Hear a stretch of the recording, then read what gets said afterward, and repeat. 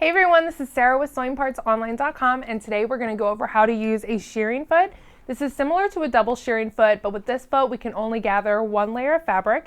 So I'm going to show you how to install it and how to use it with your machine.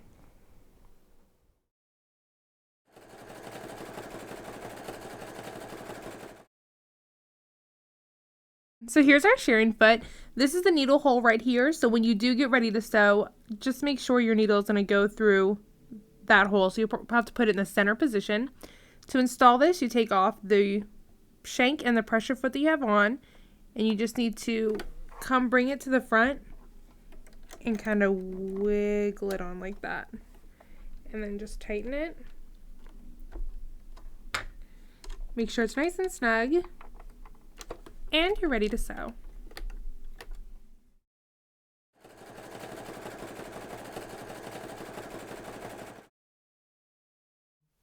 So now we have our shearing foot installed. Once again, make sure that your needle is in the center position and that it is not going to hit any metal. So to create the gathering effect, we need to take our stitch length and put it all the way up to 5.0. And we need to move our tension up as well. So the higher the tension and the stitch length, the more gathers you'll get.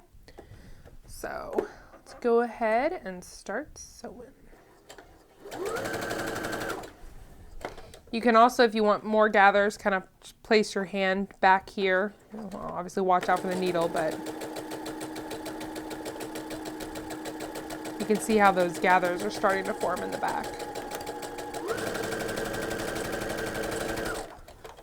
And I'll show you what it looks like.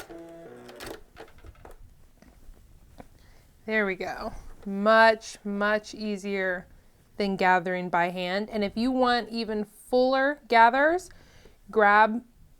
you can go ahead and grab the threads, the thread tails right here, and pull them in closer together, and it will move the fabric closer together. So I'm holding on to the bobbin thread right now. I'll just move it in even more. Pretty cool. So cool thing that we can do with a shearing foot is you can add elastic thread in your bobbin. Now we showed this before with the double shearing foot, the gathering foot. We're just going to show it again. If you have a brother, there's a tiny little screw right here that you need to turn one full rotation in order to do this. If you have a different machine, you're fine. So you'll have to put back in the bobbin case, and you need to take your elastic thread and pull it over like that. Now you might have an automatic little guide on how to do it up here, but don't pay attention to that.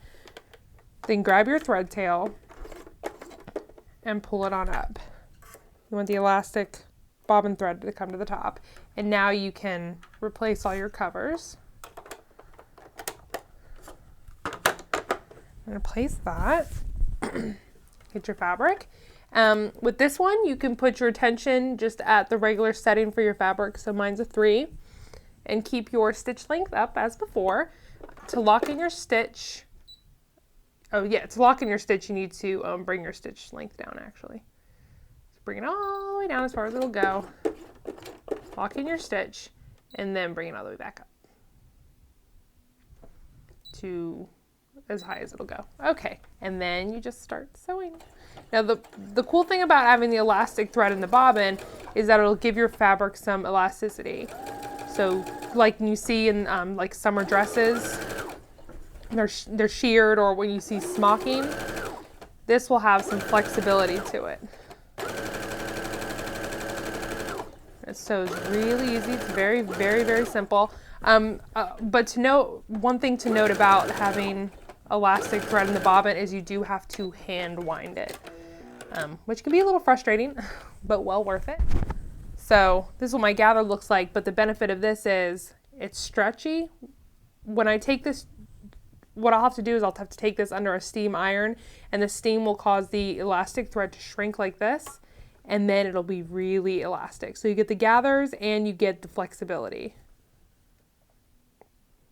So that was the shearing foot. To purchase your shearing foot, visit us online at SewingPartsOnline.com or on Facebook at facebook.com/SewingPartsOnline.